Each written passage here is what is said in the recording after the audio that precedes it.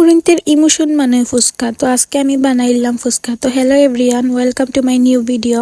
তো আজকে আমি বানাইমু গরো ফুচকা। তো কিলা বানাইলাম আপনার সাথে রেসিপিটা শেয়ার করবো, একদম দোকানের মতো আজকে আমি বানাইয়া দেখাইমু ফুচকাটা। তো প্রথমে এখানে আমি চটপটির ডাইলটা 12 ঘন্টা ভিজাইয়া রাখছিলাম। 12 ঘন্টা ভিজাইয়া রাখিয়া এখন আমি দিলাইলাম সিদ্ধ ডাইল আর দিলাইলাম 2টা আলু লগে দিয়া এখন আমি এটা সিদ্ধত বয়লিছি। আর এদিকে আমি শসার সুন্দর করে কাটিলাম, তারপরে এখানে টমেটোরও সুন্দর করে কাটিলাম। তারপরে এদিকে আমি তেঁতুলের মধ্যে হালকা কুসুম গরম পানি দিয়া তেঁতুলটারে একটু সময় ভিজাইয়া রাখলাম। আর এদিকে আমার সিদ্ধ হয়ে গেল আলু আর ডাইলটা, তার লাগে ওখানে দিলাইলাম লবণ পরিমাণ মতো আর একটু হলুদ আর দিলাইছিলাম চটপটি মশলা। এদিকে এখন আমি টক জলটা রেডি করবো। এখানে আমি যে তেঁতুলটা ভিজাই রাখছিলাম ইটার মধ্যে কি এখন কাঠটা বার করিয়া আমি এগুন ফালাই দিব বেশি গুণ।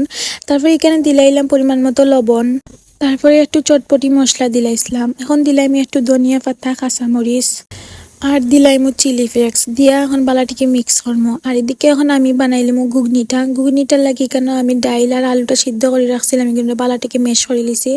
এর মধ্যে দিলাইলাম পেঁয়াজ, তারপরে দিলাইছি কাঁচামরিচ, ধনিয়া পাতা আর চিলি ফ্লেক্স আর দিলাইলাম টমেটো কুচি আর একটু শসা কুচি দিয়া সবটারে বালা করে মিক্স করবো। আর দিছিলাম একটু লবণ। আপনারা যদি মনে করেন প্রথমে লবণ বেশি দিলাম তাইলে আর দিবা না, আমার একটু কম আছিল তো লাগে আমি দিছি। আর এদিকে দিলাইলাম চটপটি মশলা আর 2-3 চামচ দিলাইলাম টক জল।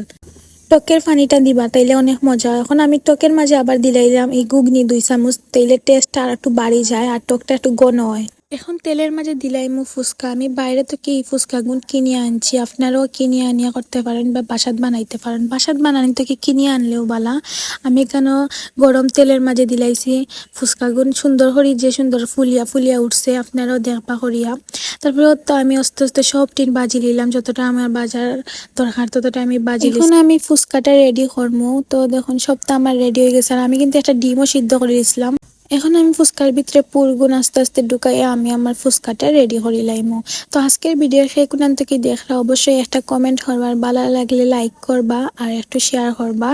তো তখন আমি ফুচকার ভিতরে ঘুগনিটা ঢুকাইলাম, ঢুকাইয়া এখন আমি রেডি করিলাম। দেখুন আমার ফুচকার লুক কি সুন্দর হয়েছে। বাসাতে একবার হইলেও ট্রাই করবা।